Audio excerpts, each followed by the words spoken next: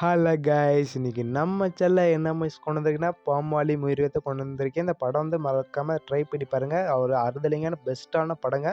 மறக்காமல் லைஃப்பில் ஒரு தடவை இந்த படத்தை ட்ரை பண்ணி பாருங்கள். படத்தோட கதை என்ன பார்த்தீங்கன்னா, நம்ம ஹீரோ வந்து ரொம்ப வருஷத்துக்கு முன்னாடி சொந்த ஊருக்கு ஒரு வீடு இருக்குது கைஸ். ஹீரோவோட வீடை வைக்கிறக்காண்டி பூர்வீக வீடு வைக்கிறக்காண்டி நம்ம ஹீரோ திரும்பி வராரு சொந்த ஊருக்கு வந்து. அதே மாதிரி ஹீரோ வந்து சும்மா ஒரு பொண்ணை கல்யாணம் பண்ணிவிட்டு அவங்க அந்த பொண்ணு வந்து என்ன பார்த்தீங்கன்னா ஹீரோனி வந்து மாசமாக இருக்காங்க.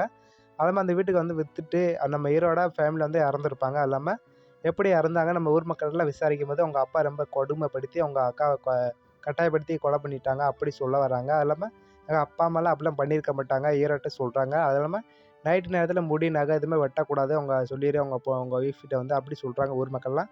அதெல்லாம் கேட்காம நம்ம ஹீரோனி வந்து அந்த நகத்தெல்லாம் வெட்டுறாங்க. ஊர் மக்களாக சொல்கிறாங்க, ஏன் நீ நகத்தை வெட்டுற அடம்பாதி பிடிச்சிட்டு சொல்கிறாங்க. ஹீரோனி என்ன சொல்கிறாங்கன்னு பார்த்தீங்கன்னா, இதெல்லாம் அந்த ஊர் மக்கள்லாம் சொல்கிறாங்க நம்பிக்கை இருக்கியா அதெல்லாம் ஒன்றும் ஆயிருக்காது, பேயெல்லாம் ஏறாத அப்படி சொல்கிறாங்க. அது மட்டும் இல்லாம நம்ம ஹீரோவுக்கு அக்காவுக்கு என்ன ஆச்சுன்னு பார்த்தீங்கன்னா, நம்ம ஹீரோ வந்து அக்கா வந்து ரொம்ப வருஷத்துக்கு முன்னாடி அவங்க அக்காவோட கல்யாணம் முடிச்சுட்டு அவங்க ஹஸ்பண்ட் என்ன பார்த்தீங்கன்னா ஓடி போயிருப்பாங்க. திரும்பி வருவாங்க அப்படி சொல்லிட்டு நைட் நேரத்தில் வந்து என்ன பண்ணுவாங்கன்னா, அவங்க அக்கா வந்து முடியெல்லாம் சீவி டீசெண்டாக மேக்கப்லாம் போட்டு இருப்பாங்க நகத்தெல்லாம் வெட்டிட்டு. அது கூட பார்த்துட்டு நம்ம அவங்க ஹீரோட அப்பா என்ன பார்த்தீங்கன்னா, அவங்க அக்கா ரூமில் போட்டு அடைச்சி வச்சுருவாங்க. அது இல்லாமல் கொஞ்சம் கூட தாங்காமல் அவங்க ஹீரோயினி என்ன பார்த்தீங்கன்னா, ஹீரோட அக்கா வந்து தூக்குப்பட்டு அந்த வீட்டில் இறந்துருப்பாங்க. அவங்க ஆவியா வந்து அவங்க அப்பாவும் அவங்க அம்மாவும் கொன்றுவாங்க கொஞ்சம் கூட கருணை பார்க்காம. அதாம நகத்து இது வெட்டினதுனால முடி சீவுனதுனால அவங்க அக்காவோட பேய் வந்து ஹீரோயினியை அல்லா பண்ணுறாங்களே அவங்க ஹீரோயினி மேலே பேய் ஏறப்போகுது கைஸ். இதுதான் அந்த படத்தோட காஸ்மெட்டு.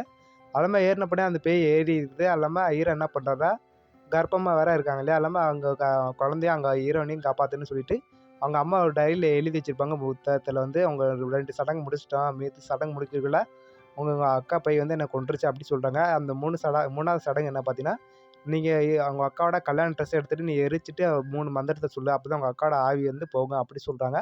ஹீரோவை அது பார்த்துட்டு ஷாக் ஆகிறாங்க. அந்த புத்தகத்தை தேடி அது இல்லாமல் அந்த ஹீரோட அக்காவோட ட்ரெஸ்ஸை கண்டுபிடிச்சி அந்த 3 சடங்கு எப்படி கண்டுபிடிச்சி அந்த பூஜைலாம் பண்ணிவிட்டு அந்த பூஜை பண்ண போகிறாங்க. அது அந்த படத்தோட காசுபட்டு லாஸ்ட்டாக அந்த ஹீரோனே வந்து சேஃப் ஆயிடுறாங்க. லாஸ்ட்டாக ஹீரோயின் இருக்காங்களே அவங்க சேஃப் ஆயிடுறாங்க. அதெல்லாம் படம் சூப்பராக இருந்துச்சு. இது படத்தோட கதையை கைஸ். படம் சூப்பராக இருந்துச்சு. அதில் இல்லைங்கடா பயப்படுற மாதிரி அங்கங்கே வச்சுருந்தாங்க. படத்தோட நேம் வந்து பாமாலி. மூவியோட நேம் வந்து கீழே கொடுத்துருக்கேன். இந்த மூவிஸ் பிடிச்சவங்க ஒரு சப்ஸ்கிரைப் பண்ணிடுங்க. Bye guys.